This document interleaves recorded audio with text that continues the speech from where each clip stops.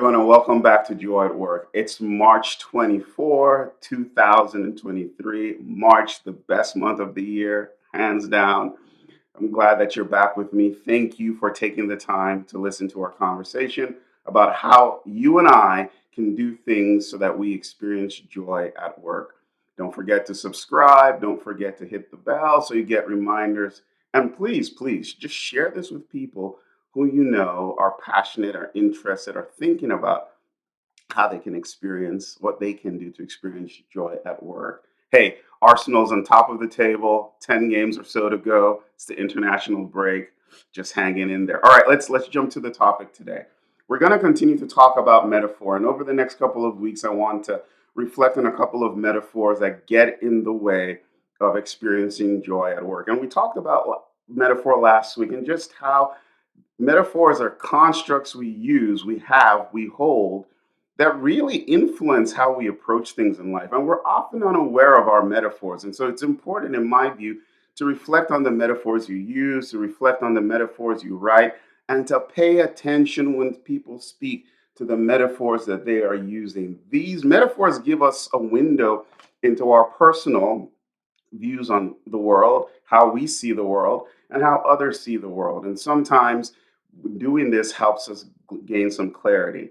But there are metaphors that we hold on to at times, we're not even aware, that truly shape how we show up at work and get in the way, in my view, on experiencing joy at work. It's possible to be successful in the workplace and not experience joy at work. And maybe that should be a topic for another day. And the reason why I say this is because some of you are going to say, well, I know people, or I hold this metaphor, man, it's worked for me, so to speak. Yes, it might have worked for you, but are you really experiencing joy at work? So, what's the first metaphor we want to think about today? And we'll talk about others in the upcoming weeks. Work as competition. Now, of course, there's an aspect of work that is competitive. There are only so many positions in the workplace. If there's an open spot that comes up, you apply for it, you're inherently competing with other people for that spot. So I'm not trying to be naive here and suggest that there's no competition in the workplace. There is. But when you view work and the workplace as just competition, that's largely what it is. That means you're really focused on accumulating more, like getting more resources, getting more people, getting more authority. You're really focused on what you can do to kind of push others to the side so you can advance. You potentially engage in some pretty nefarious workplace activities in order to kind of elevate yourself and push yourself. And you're possibly always looking over your shoulder. You always want to be part of things because you've got it's a competition, and if you're not playing, how can you win? And so people who have this metaphor are always in it to win.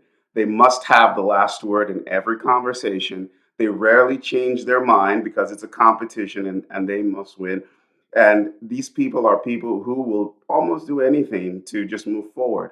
Again, some of these people are executives. They have a lot of power and a lot of pull in their organization. So I'm not even suggesting that this has anything to do with where you end up in the org. No, it doesn't have anything. I'm focused on how much you enjoy what it is you do and how much people enjoy working with you. So if you see work as competition, a competition that you must win, then you're going to show up. If that's a root metaphor for you, it's going to show up in how you just present yourself and what you try to do all the time. You never want to look bad when you're trying to win.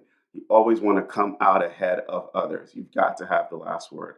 And that's going to make it very difficult, in my experience and in my view, to have and to just experience joy at work. So think about it.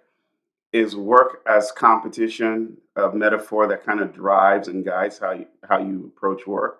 Well, if it is, it's probably going to be difficult to experience joy at work. Now you're probably thinking, what about if I work with people that have this metaphor driving them? How can I experience joy at work when for them it's a competition and for me it's not? Well, you're going to have to tune in next week for us to talk about that. All right. Thanks again for stopping by. I'll see you next time. Have a wonderful weekend. Bye.